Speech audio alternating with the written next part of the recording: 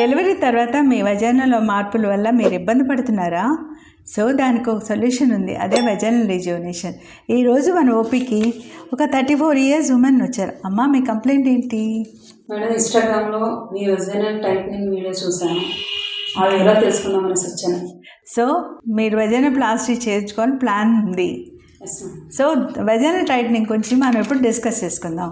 So ఇది ఒక site repair కాదు, ఒక డిఫెక్ట్ రిపేర్ కాదు. టోటల్ వజైనాలో ఎక్కడెక్కడ లెవెల్స్లో ఉందో రిపేర్ చేయడం ఒక్కటే కాకుండా లోతు ఎంత ఉందో కూడా రిపేర్ చేయడం ఒక్కటే ముఖ్యం. దానికి ముందు కంప్లీట్ పెల్విక్ ఎగ్జామినేషన్ చేస్తే కానీ ఇవన్నీ ఈ డిఫెక్ట్స్ అని కనుక్కోలేము. దానికి 2 మార్గాలు. ఒకటి నాన్ సర్జికల్, సర్జికల్.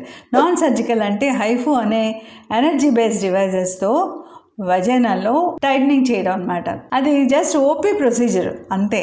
దానికేం పెద్ద పెయిన్ ఉండదు, అనెస్థీషియా అక్కర్లా. 3-4 సిట్టింగ్స్ చాలు.